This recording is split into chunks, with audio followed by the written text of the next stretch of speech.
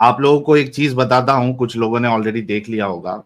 एक हमारे मुफ्ती साहब थे, मुफ्ती फजल हमदर्द साहब। कितने लोग जानते हैं मुफ्ती फजल हमदर्द साहब को? जब हमने चैनल स्टार्ट किया था, उसके कुछ ही महीने में मेरा कांटेक्ट हो गया था मुफ्ती फजल हमदर्द साहब के साथ। और तभी वो अ, कोशिश कर रहे थे कि मुसलमान और जो गैर मुसलमान है, हिंदू है, उनके बीच में कुछ एक ब्रिज बनाने की, यानी सबको साथ में लेके चलने की वो कोशिश कर रहे थे मुफ्ती बमदर्द साहब। जी, कौन कौन जानता है? कौन के विंडो साहब जानते हैं? यस, जानते हैं। जी, अभी के लोग शायद ना जानते हो, स्टार्टिंग के लोग जो जुड़ते थे उनको अच्छे से पता है। तो मामला ये हुआ था, मैं बाकी लोगों को अभी लूंगा जो बैक स्टेज में है। उससे पहले जरा ये एक चीज मैं शेयर कर दूं, उसके बाद आप लोगों से बात करूंगा। तो मामला ये हुआ था कि स्टार्टिंग में उनसे कांटेक्ट हुआ था, और वो हिंदू मुस्लिम सबको लेके चल रहे थे ताकि एक जो है वो गैप फिल हो। ऑब्वियसली थे तो वो अ, बरेलवी सुन्नी अहले सुन्नत वल जमात से थे वो उस टाइम पे, लेकिन थे वो अहले चॉइस प्रो मैक्स। काफी अच्छा इल्म है उनका, मैं मानता हूं कि अच्छा खासा उनको इल्म है कुरान का, हदीसों का। I totally agree on that point.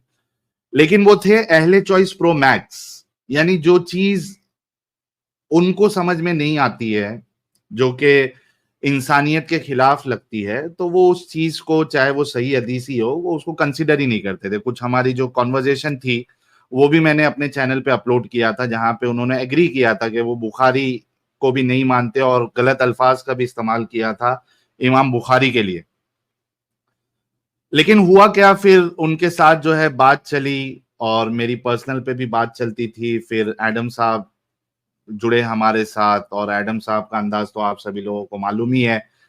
अब ये जो शख्सियत है मुफ्ती बमदर्द साहब, इनके पेट में दर्द होने लगा, क्योंकि है तो मोमिन ही। अब वो रसूलुल्लाह की जो है वो, जो रसूलुल्लाह का किरदार है, कोई उसको अगर सामने लाए तो वो बर्दाश्त कैसे करे? तो उनको पेट में दर्द होने लगा, और वो चिढ़ने लगे, और फिर मुझसे मुतालबा किया। पहले तो वो कह रहे थे कि आप बहुत अच्छा काम कर रहे हो, लोगों को जो है कुरान हदीस की तरफ लेके आ रहे हो, क्योंकि उनका ये मानना था कि लोग जो है ये बुखारी विखारी की हदीसों को भी ना माने, जिससे रसूलुल्लाह का कैरेक्टर ढीला नजर आता है। तो मुझसे कहते थे कि यार साहिल, मुझे आपका काम पसंद है, आप करो। लेकिन एडम साहब आने के बाद उनके पेट में दर्द हुआ, जैसे कि मैंने बताया, और उन्होंने मुझसे मुतालबा करना स्टार्ट किया कि देखो यार, आप अपना काम करो, मुझे आपसे कोई प्रॉब्लम नहीं है, लेकिन आप एडम साहब को अपने साथ मत बिठाओ, उनको प्लेटफॉर्म मत दो। तभी नए नए थे एडम साहब। तो मैंने कहा नहीं, ऐसा नहीं हो सकता, मैं एडम साहब का साथ नहीं छोड़ूंगा। और आप सभी लोगों को मालूम है कि जब से मैं और एडम साहब एक साथ काम कर रहे हैं, हमने कभी एक दूसरे का साथ नहीं छोड़ा। मुफ्ती बमदर साहब के बाद भी कई ऐसे मौके आए जहां पे मोमिन नहीं बल्कि जो नॉन मोमिन है, और कुछ एक्स मुस्लिमों ने भी एडम साहब के खिलाफ एक नरेटिव बनाने की कोशिश की, प्रोपागेंडा करने की कोशिश की कि देखो यार, तुम्हारा जो, तुम जिसको इतना मानते हो, जिसके इल्म की तुम इतनी दुहाई देते हो, वो तुम्हारे भगवानों को क्या कहता है, ऐसा कहता है, फिर ये ईसाइयत का या क्रिश्चियनिटी का प्रचार कर रहा है, और डिस्कॉर्ड पे लोगों को जो है वो क्रिश्चियन बना रहा है। बहुत सारी चीजें उनके खिलाफ प्रोपागेंडा बनाने की कोशिश की। उसके बावजूद भी मैं एडम साहब को मैंने अपने से अलग नहीं किया, मैंने हमेशा उनके साथ रहा, और वो मेरे साथ रहे। कई लोगों को बर्दाश्त नहीं हुआ। खैर, फिर से आते हैं मुद्दे की तरफ। अच्छा, अब हुआ क्या, वो टाइम पे आप सभी लोगों को मालूम है कि मैं अपनी शक्ल नहीं दिखाता था, मेरी आइडेंटिटी लोगों को पता नहीं थी। लेकिन मेरे ही कुछ दोस्त अहबाब मुझे पहचान गए थे, और तभी मोमिनों को बहुत चुभ रहा था मेरा ये एक्टिविज्म। तो उन्होंने आहिस्ते आहिस्ते अपने ही ग्रुप्स में सारे लोगों से यानी उन्होंने ये खबर फैलाई कि जो एक्स मुस्लिम साहिल है वो असल में है कौन, इसकी ओरिजिनल आइडेंटिटी है क्या, ये बंदा किधर का है, ये क्या काम करता था, ये किधर रहता था। ये सारी चीजें जो है उन्होंने आपसी ग्रुप में उन्होंने फैलाई, और बिल आखिर ये सारे तो इंडियन थे, हिंदुस्तानी थे, ये हराम के पिल्ले। अब यहां से अगर वो मेरी आइडेंटिटी लीक करते तो उनको प्रॉब्लम हो जाती, कानूनी कार्रवाई होती उनके ऊपर। तो इन्होंने क्या प्लान बनाया कि ये सेफ रहे, कोई पकड़ा भी ना जाए और मेरी आइडेंटिटी भी लीक हो जाए, लोगों को पता चल जाए। और उनकी मंशा ये थी, उनकी चाहत ये थी कि इसकी आइडेंटिटी लीक करने के बाद दो चीज होगी, या तो ये डर के अपना चैनल बंद कर देगा, अपना एक्टिविज्म बंद कर देगा, या फिर अगर ये बंद नहीं करता, अपनी बात पे अगर ये अड़ा रहा, तो इसको कोई ना कोई ज़ॉम्बी, मोमिन ज़ॉम्बी, सरफिरा ज़ॉम्बी, वो इसको पकड़ के खत्म कर देगा, मार देगा, या इसके हाथ पैर तोड़ देगा। ये इनकी मंशा थी। तो मुफ्ती बमदर साहब ने मुझसे कहा कि देखो, हमारे पास आपकी पूरी आइडेंटिटी आ चुकी है, आप कौन हो, कहाँ रहते हो, क्या करते थे, सारा कुछ हमको मालूम है, आपके घर परिवार के बारे में, आपके मोहल्ले के बारे में। अगर आप एडम साहब को अपने चैनल से नहीं निकालते हो तो मैं आपकी आइडेंटिटी लाइव में आकर लीक कर दूंगा, डॉक्सिंग आपकी करूंगा, सारे लोगों को आपके बारे में मैं बता दूंगा। तो मैंने उनसे कहा कि आपको बताना है, आप बता दो, कोई मुश्किल नहीं, लेकिन एडम जो है वो चैनल से नहीं जाएगा। मैं किसी के डर से जो है वो एक्टिविज्म नहीं कर सकता, मैं अपने तरीके से एक्टिविज्म करता हूं। तो बिल आखिर इन्होंने क्या किया, बमदर साहब ने एक स्ट्रीम की, आप में से जो पुराने लोग हैं वो जानते हैं, उन्होंने अपने चैनल पे मेरी पूरी आइडेंटिटी लोगों के सामने रखी, बताया फोटो के साथ, मेरी जो थेरेपी सेंटर था उसका फोटो, उसके वीडियोस, कहाँ रहता था वो बताया, एड्रेस बताया, काम क्या करता था वो बताया, उन्होंने लीक किया। उसके बाद क्या कुछ हुआ आप लोगों को तो पता ही है, फिर हमारा चैनल कैसे बूम हुआ, लोगों तक पहुंचा। उन्होंने असल में मेरी मदद ही की थी, हालांकि उनकी इंटेंशन गलत थी, वो ये चाह रहे थे कि मैं या तो बंद कर दूं या तो मुझे कोई मार दे। अब वो फिर मामला चला, उसके बाद हम आगे बढ़ते रहे, और बमदर साहब जो है, इनका जो अहले सुन्नत से जो दिए इनका असल ताल्लुक था, बरेलवी और अहले चॉइस थे, इनका एक्टिविज्म आहिस्ते आहिस्ते ये हिंदू, मुस्लिम, इस्लाम, सनातन, इससे वो हटते हटते हटते वो आ गए अहले तशय्यो की तरफ। उनका रुझान जो है वो शियाओं की तरफ जाने लगा, और उसमें हजरत अली को प्रेस करना और अहले बैत को प्रेस करना, ये उन्होंने स्टार्ट किया। और उसके बाद फिर जो दूसरे सहाबा जिनको शिया हजरात नहीं मानते, तो वो उनके बारे में भी इस तरीके से बातें बताने लगे कि ये जो सहाबा थे ये सारे गलत थे।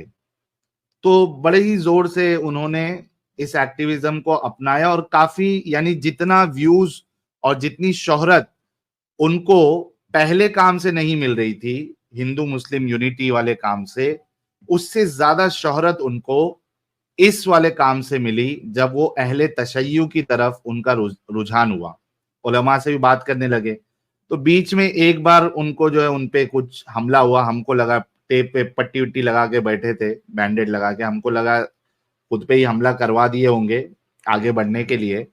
लेकिन अब हाल फिलहाल में मामला ये हुआ है कि बमदर्द साहब को जो मोमिन हजरात है, सुन्नी मोमिन हजरात, कट्टर सुन्नी मोमिन हजरात, वो उनके पीछे पड़ गए। अब ये गए किधर, पुलिस स्टेशन में उनके खिलाफ रिपोर्ट लिखवाने के लिए। मामला ये हुआ कि पुलिस उनकी रिपोर्ट लिखने के बजाय उन्हीं को कूट दिया, उन्हीं की धुलाई कर दी, जो कि मैं सपोर्ट नहीं करता हूं इस तरीके से। चाहे वो हमारी जान को खतरे में डाले। आपको मालूम है कि मैं बहुत सॉफ्ट हार्टेड पर्सन हूँ, मुझे पसंद नहीं आया, देख के मुझे दुख हुआ। लेकिन उन्होंने जो ये सोचा था कि मेरी कुटाई हो, मेरे हाथ पैर तोड़े जाए, मुझे मार दिया जाए, ये मामला उनके साथ ही हो गया। तो वीडियो सामने आया है, वीडियो देख लेते हैं कौन सा वीडियो है, क्या है, ये देखिए आप लोग। किस तरीके से बमदर साहब जो है रो रहे हैं और अपनी आप बीती बता रहे हैं, ये देखिए।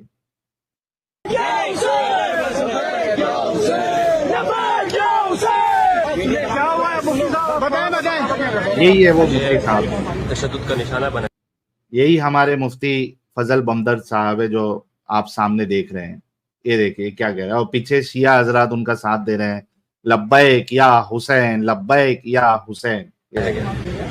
मेरी जान को रिस्क पे लिया गया, जान को रिस्क पे लिया गया, तशद्दुद का निशाना बनाया गया। तो भाई आप लोग भी तो दूसरों को तशद्दुद का ही निशाना बनाते हो। स्वात में आपने एक शख्स को जो कि मोमिन था, वो दुआएं पढ़ रहा था, वो कलमे पढ़ रहा था, उसके बावजूद भी आपने उनको नहीं छोड़ा, आपने उसको मार मार के फिर जिंदा जला दिया। तो ये जो आप लोग दूसरों के ऊपर करते हो, वही चीज आप लोगों के ऊपर भी आती है। अगर दूसरों के लिए आपकी नीयत इस तरीके से है नुकसान पहुंचाने की, उनको खत्म करने की, उनको मारने की, एक एक कल्ट के नाम पर, एक शख्सियत के नाम पर जो कि है भी नहीं मौजूद, जिसका वजूद भी नहीं पता है, मुर्दों के लिए क्या किसी को जिंदे को तकलीफ देना यार। जो मर चुका उसके लिए तुम दूसरों को क्यों तकलीफ दे रहे हो? जो मर चुका, जिसके बारे में तुमको पता नहीं है भी नहीं है, बस तुमने बचपन से सुना, चलो मान रहे हो मानो, लेकिन उसके लिए तुम जिंदों को तकलीफ दे रहे हो, जिंदों को तुम मार देते हो, जिंदगी खत्म कर देते हो। तुमको एक जिंदगी की अहमियत नहीं पता कि जिंदगी कितनी इंपॉर्टेंट चीज है, कितनी वैल्यूएबल चीज है, बल्कि प्राइसलेस चीज है। उस शख्सियत के लिए तुमने अपने माँ बाप का भी ख्याल नहीं रखा। तुमको तुम्हारे घर वालों से अजीज है वो शख्सियत, माँ बाप से बढ़कर, औलाद से बढ़कर कौन होता है? तुमने उससे भी ऊपर उठा दिया, क्यों? लेकिन तो जो तुम आज रंडी रोना कर रहे हो कि हमको तशद्दुद का निशाना बनाया गया, तुम भी तो उसी ग्रुप के हो। तुम भी तो दूसरों के बारे में यही ख्याल रखते हो कि रसूल की कोई गुस्ताखी कर दे तो हम बर्दाश्त नहीं करेंगे, हम उसकी जान ले लेंगे, उसकी सजा मौत है, उसका सर तन से जुदा होना चाहिए। तुमने कन्हैया लाल को मौत के घाट उतार दिया, तुमने उमेश कोले को मौत के घाट उतार दिया, पाकिस्तान में कई सारे तुमने मसीहियों को मौत के घाट उतार दिया, मुसलमानों को मौत के घाट उतार दिया, एक्स मुस्लिम को मौत के घाट उतार दिया, इसी गुस्ताखी के नाम पे। तो इतनी अकल नहीं है तुमको, समझ में नहीं आती है? तो देखिए आगे क्या कहते हैं। लेकिन यहाँ का जो SHO है तकदीरों के साथ मिला हुआ है। ये है यहाँ पर इंसाफ के, वहाँ पर अंदर ले जाके पकड़ पूछे, आप मारना है तो मार दो भाई, मारना है तो मार दो भाई, मारना है तो मार दो। अच्छी कुटाई किया है जो भी पुलिस वाले थे, और जीरो कुटाई की है, जीरो कुटाई किसको बोलते हैं? जीरो धुलाई, कि आपको निशान नजर भी नहीं आएगा। यानी आदमी को अगर इस तरीके से सामने से देखोगे तो समझ में भी नहीं आएगा कि कोई धुलाई किया है। यानी ऐसी ऐसी जगह पे फटके देते वो लोग, ऐसी ऐसी जगह लाल करते हैं, लाल पीला नीला काला, के आप सामने से पता लगा भी नहीं सकते। हाँ, मुक्का मार देते, मुक्का मार। तो देखो ऊपर से इनको कोई ऐसा नजर नहीं आ रहा है कि फट फट फुटा गया हो, एकदम नॉर्मल लग रहे हैं, लेकिन बेचारे एकदम तकलीफ में है, क्योंकि अंदर की तकलीफ दी है, ऐसी ऐसी जगह पे मारा है कि वो बता भी नहीं सकते, दिल से रोना आ रहा है इनको। आगे देखते हैं। हुसैन का नाम लेना इस मुल्क में जुर्म है, मार दो।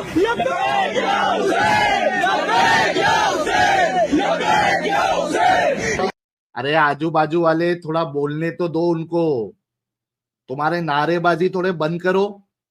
आजू बाजू वाले बोलने ही नहीं देते। एक दो बात बोला नहीं कि लब्बैक या हुसैन, लब्बैक या हुसैन, नारे तकबीर। ये क्या तरीका है भाई? एक इंसान पिटपिटा के आया है, उसको आप बीती सुनाने तो दो, उसको बोलने तो बोलने नहीं दे रहे। वो चाह रहे कुछ बोलूं मैं, और ये इनका अलग ही चल रहा है, लब्बैक या हुसैन, लब्बैक। ये देखो, ये बंदा चाह रहा है कुछ बोलूं, उसको बोलने नहीं दे रहे। हुसैन का नाम लेना इस मुल्क में जुर्म है, मार दो। ये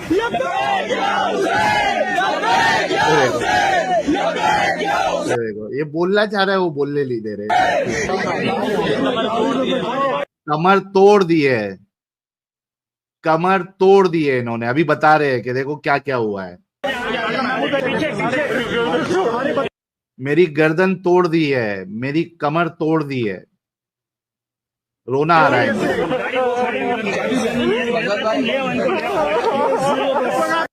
रो रहे हैं बेचारे। अब देखो, मेरे को भी अच्छा नहीं लग रहा है, और मैंने वीडियो देखा, बहुत से लोग खुश हुए, बहुत से लोगों को हंसी आई, मैं समझ सकता हूँ। बट देखिए, मैं बड़ा वो सख्त लौंडा नहीं हूं मैं। मैं बहुत सॉफ्ट हार्टेड हूं, तो मेरे को अच्छा नहीं लगा। किसी के साथ भी ऐसा नहीं होना चाहिए, लेकिन क्या करे, आज तो तुम्हारी बस पुलिसों ने पिटाई की है। आगे जाके हो सकता है कि तुम्हारे ही मोमिन हजरात, तुम्हारे ही सुन्नी हजरात, हालांकि इन्होंने आज तक कभी ये डिक्लेयर नहीं किया कि ये शिया हो गए, ठीक है, ये बीच बीच में से खेल रहे हैं। इन्होंने अभी तक ये कंफर्म नहीं किया कि ये शिया हो गए, लेकिन तुम्हारे ही लोग, तुम्हारे मुसलमान लोग तुम्हारी जान ले लेंगे, कत्ल कर देंगे। और ये तुम मौलवियों के वजह से, जो मुसलमान आज ज़ॉम्बी बना बैठा है, तुम मौलवियों के वजह से बना बैठा है। तुमने उनके अंदर ये चीज जो है वो बचपन से डाली है, ये मारकाट वाली, ये लोगों को खत्म करने वाली, जो तुम्हारे नजदीक जिंदगी की कोई अहमियत नहीं है, दूसरों की जिंदगी की, ये तुमने उनको ऐसा बनाया है। अब वो तुमको ही काट रहे, तुमको ही डस रहे हैं। उनको सांप बनाने वाले तुम खुद मौलवी हजरात हो। अभी भी वक्त है, सुधर जाओ। और मोमिन हजरात, आज तुम उस भीड़ में शामिल रहोगे किसी को मारने की, पब्लिक धुलाई करने की, लिंचिंग करने की, आज तुम उस भीड़ का हिस्सा रहोगे। कल तुम्हारे साथ भी होगा। दूसरी भीड़ तुमको बनाएगी बकरा और तुमको जिंदा जलाएगी।